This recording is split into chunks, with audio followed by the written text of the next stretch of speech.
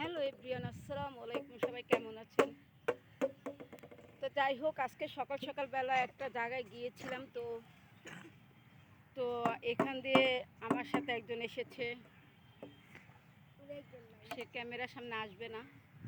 তো এখন রমনায় আছি, ভালোই লাগতেছে। ছোটোকালে এই রমনায় কত ঘুরেছি। হ্যাঁ, ছোটোকালে সবসময় রমনায় আসতাম বান্ধবীদেরকে নিয়ে।